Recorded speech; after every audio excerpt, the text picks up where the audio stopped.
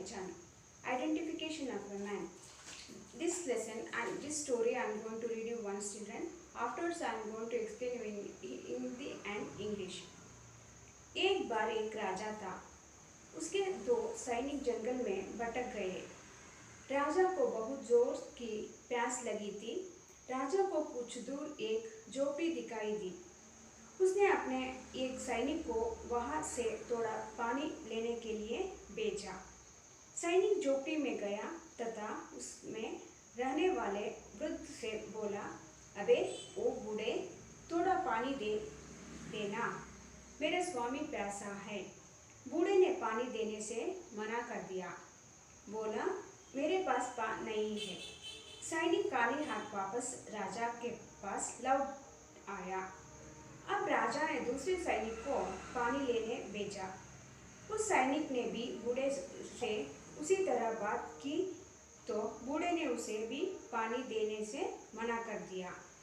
बोला, मेरे पास पानी नहीं है।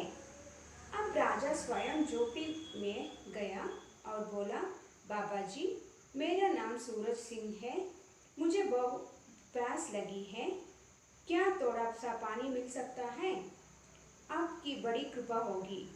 बूढ़े ने राजा को प्रसन्नतापूर्वक बैठाया और पानी पिलाया। राजा आश्चर्य में पड़ गया।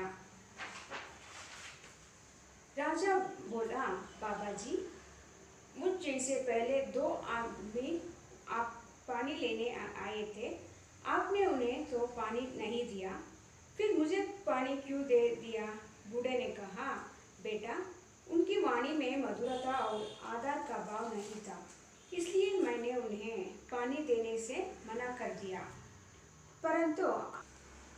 परंतु तुम्हारी वाणी में मिठास और विनम्रता थी, इसी कारण मैंने तुम्हें पानी दे दिया। राजा बात का रहस्य समझ गया। उसने अपने दोनों सैनिकों को खूब डांटा। मैं और एक बार एक्सप्लेन करती हूँ बच्चों। एक बार एक राजा था। राजा का मतलब है king. Once there was a king तथा उसके दो सैनिक जंगल में भटक गए। सैनिक मीन्स सोल्जर, जंगल मीन्स फॉरेस्ट, भटक means lost. Once there was a king. Along with his two soldiers, he went to the forest. There he lost the way. भटक गया means he lost the way. राजा को बहुत जोर की प्यास लगी थी। प्यास मीन्स thirsty. राजा एक बार दो सैनिकों के साथ जंगल गया। वो रास्ते में भटक गया मीन्स गुम हो गया, रास्ते में गुम हो गया। वहाँ उनको बहुत जोर से प्यास लगती है। राजा को प्यास लगती है मीन्स ही फेल्ट थर्स्टी। कहीं भी उनको पानी नहीं मिला। राजा को कुछ दूर एक झोपड़ी दिखाई दी। झोपड़ी मीन्स हट। राजा इधर उधर देखता है, उनको कहीं पानी नहीं मिलता। दूर में एक झोपड़ी नजर में आता है। That means far away from him he can see one hut. So he thought, then if we go and he can get the water. उसने अपने एक सैनिक को वहाँ से थोड़ा पानी लेने के लिए भेजा। Now Raja will send one of his soldier to near that hut to bring the.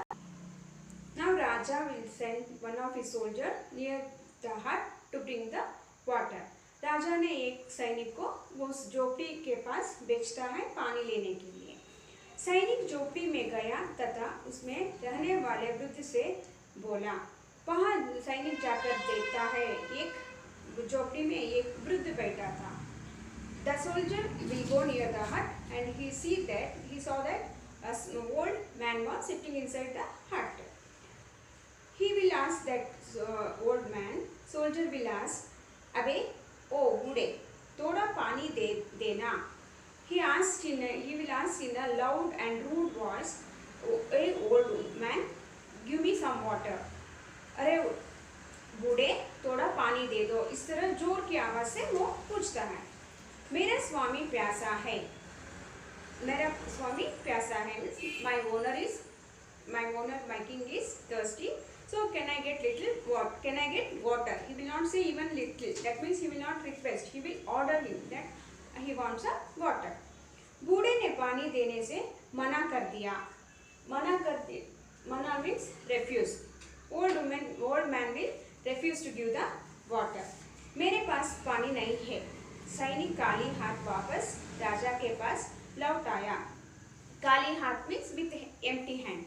बूढ़े ने काले हाथ में क्यों सैनिक ने वापस आया? बूढ़े ने, that means old man will refuse to give the water, so soldier will return in empty hand to near the Raja without bringing water for him. अब राजा ने दूसरे सैनिक को पानी लेने भेजा. Now Raja will think that shall I send the other soldier to bring the water.